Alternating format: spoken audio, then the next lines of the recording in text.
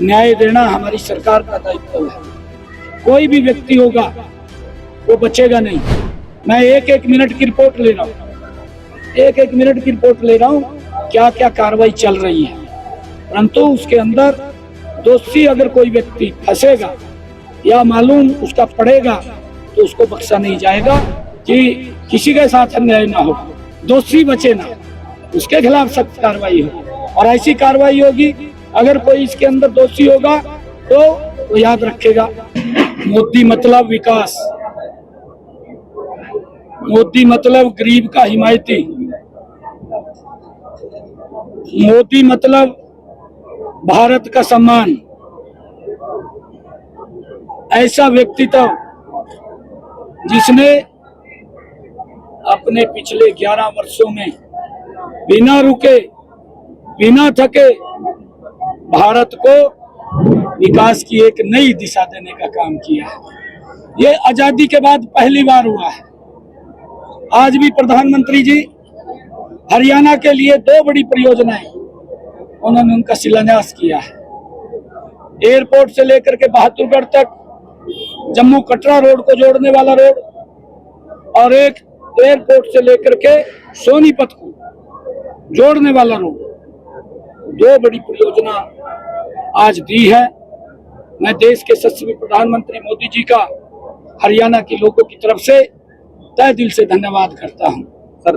और आज एक नरवाना के अंदर बड़ी रैली थी और अभी मैं श्रद्धेय भीष्म जी महाराज, जिन्होंने त्याग तपस्या और कठिन तपस्या करके समाज को एक दिशा देने का काम किया, ऐसे श्रद्धेय भीष्म जी महाराज की आज स्मृति दिवस था।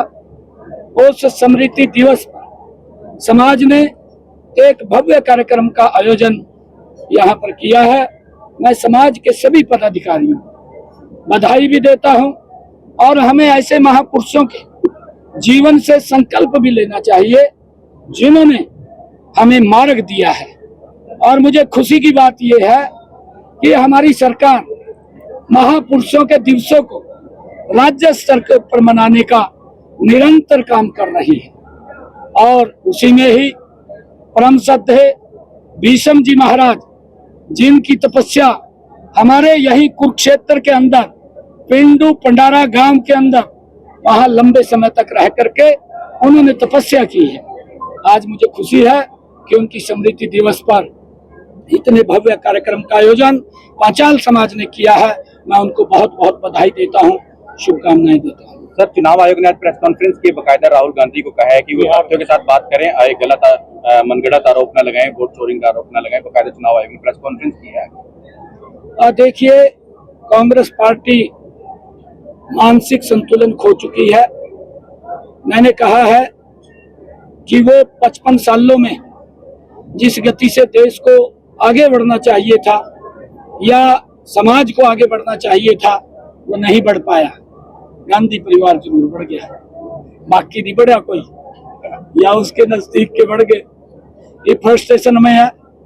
ये क्या करें, मोदी ने रास्ते बंद कर दिए। ये भी तो ये पहले खाली ताड़ियां बजवाते थे, ताड़ियां बजवा का वोट ले लेते और खाली घोषणा करते थे और होता कुछ नहीं था। उसमें लीक होकर के भ्रष्टाचार में चला जाता था। इनकी तरफ घुस जाता जाएगा भ्रष्टाचार। आरोप भी लगे बड़े बड़े, आपके सामने इतने बड़े बड़े आरोप लगे, लोग तंग आ गए थे। देश पूरे विश्व के अंदर भारत का सम्मान कम हो रहा था। ये कांग्रेस के गलत नीतियों के कारण हो रहा था। मोदी जी ने उस सम्मान को बढ़ाया है, पूरी दुनिया के अंदर उठाया है, और यही तो पीड़ा इनके पेट में दर्द है। ये कभी कहते हैं बेचारे की संविधान को खतरा है, कभी ये महामहिम राष्ट्रपति जो संवैधानिक पद है उसको भला बुरा बोलते हैं, कभी उपराष्ट्रपति को भला बुरा बोलते हैं। ये लोकतंत्र का अपमान करते हैं, ये संसद का अपमान करते हैं।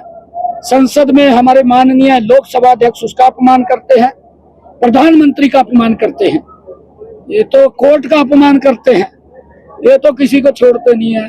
ये तो राज्य घूम रहे कहा मी आई भी आज प्रधान। राहुल ने यात्रा शुरू की है सियासाराम बिहार से, कह रहे हैं बिहार में यात्रा शुरुआत का बयान किया है। मैंने पहले भी निकला हूँ और आज फिर निकल रहा हूँ बिहार। नहीं, पहले भी यात्रा शुरू करी थी, सुपड़ा साफ हो गया, वहां भी कर लेगा। सर दीपेंद्र हुड्डा भी सवाल उठा रहे हैं कि जो बीजेपी है उनके चुनाव आयोग के साथ मिली हुई है और साम वाम दंड भेद और तंत्र मंत्र के शाहबाद आए थे, शाहबाद ने बोला क्या कहेंगे? दीपेंद्र को ये पूछना चाहिए, कह देता है कैसे जीतते आ गए थे। अगर कहते कहीं साठ गांठ थी चुनाव के लो, कह देता है नहीं जीतता तो फिर कहता है कैसे जीतते आ। और इनके समय के अंदर किस प्रकार से वोटों का दुरुपयोग होता था, किस प्रकार से ये वोटों को इकट्ठी करके साइड में कर देते थे जीतने वाले की, और अपने आप घोषणा करवा देते थे, कहा ये जीत गया। ये लोकतंत्र को दबाने का काम करते थे, ये इस अत्याचार करते थे ये लोग। परंतु मोदी जी ने जो ये ट्रांसपेरेंसी वोटिंग हो रही है, किसी को कोई अगर शक सुबह है 4 बार देख ले भाई, 5 बार देख ले, तेरे तो सामने मशीन रखी है, कोई दिक्कत आ। परंतु इस प्रकार के आरोप लगाने ये दुर्भाग्यपूर्ण है, और दुर्भाग्यपूर्ण इसलिए है क्योंकि कांग्रेस समाप्त हो चुकी है। अब तो ये समाप्ति की तरफ है, देश ने नकार दिया है, इनका कहीं भी कुछ बटने वाला नहीं है। बिहार के अंदर भी इनका सुपड़ा साफ होने वाला है। लंबे समय से ये बिहार के अंदर नहीं जा पाए, ये तो बेचारे कुछ समाज को तोड़ करके इस प्रकार की बातें करते हैं जिससे थोड़ी वोटें ये ले लेते हैं, परंतु अब समाज समझ चुका है, वो भी टूटने का काम नहीं करें। सर मनीषा को लेकर एसपी का आपने ट्रांसफर कर दिया, मगर वहाँ पे विपक्ष बार बार हो हल्ला कर रहा है, उसको न्याय नहीं मिला है, जबकि आपने एसपी का वहाँ से ट्रांसफर भी कर दिया है। आज बकायदा दिग्विजय चौटाला के तमाम पार्टी के लोग जा रहे हैं, आपकी पार्टी के जेपी दलाल जा रहे हैं, पर उस बेटी को इंसाफ नहीं मिला। बिल्कुल इंसाफ मिलेगा बेटी को, हमारी बेटी है वो, हमारे परिवार की बेटी है, उसकी जांच चल रही है, जल्दी 1-2 दिन में क्लियर हो जाएगा। मैं ये कहना चाहूंगा कि मनीषा और मनीषा के परिवार को न्याय देना हमारी सरकार का दायित्व है। कोई भी व्यक्ति होगा वो बचेगा नहीं, उसके खिलाफ सख्त कार्रवाई होगी। उसकी जांच चल रही है, जांच के अंदर क्या क्या विषय आते हैं, क्योंकि बहुत सारे विषय आ रहे हैं जिसका मैं अभी जिक्र नहीं करूंगा। मैं एक मिनट की रिपोर्ट ले रहा हूँ, एक मिनट की रिपोर्ट ले रहा हूँ क्या क्या कार्रवाई चल रही है। परंतु उसके अंदर दोषी अगर कोई व्यक्ति फंसेगा या मालूम उसका पड़ेगा तो उसको बख्शा नहीं जाएगा। हमारी पुलिस मुस्तैदी से उसको सर्च कर रही है, जहां जहां भी है, कई लोग बैठा भी रखे हैं, जहां जहां वो गई है मनीषा, उन सबको बैठा भी रखा है, या फोन के ऊपर कोई बात हुई है उनको भी बैठाया हुआ है, उनसे पूछताछ चल रही है। और जो भी क्लू निकलेगा, देखिए मामला ऐसा है कि किसी के साथ अन्याय ना हो, दोषी बचे ना, उसके खिलाफ सख्त कार्रवाई हो, और ऐसी कार्रवाई होगी अगर कोई इसके अंदर दोषी होगा तो वो याद रखेगा कि इस प्रकार का काम करने से पहले 50 बार व्यक्ति सोचे। 22 तारीख से विधानसभा का सत्र शुरू हो रहा है, हरियाणा को कोई बड़ी इसमें दे सकते हैं डिमांड, या कोई बड़ी घोषणा कर सकते हैं सेशन को लेकर, बड़ी उम्मीद है नहीं, देखिए सेशन है, सेशन में तो कोई घोषणा नहीं होती, घोषणा तो हम जाकर के कर रहे हैं। आज भी कई करोड़ों रुपए की घोषणाएं नरवाना के अंदर हुई है, और मैंने लगभग 218 करोड़ रुपए के विकास कार्यों को आज शिलान्यास उद्घाटन भी किए हैं। ये सरकार 3 गुना गति से काम करने वाली सरकार है।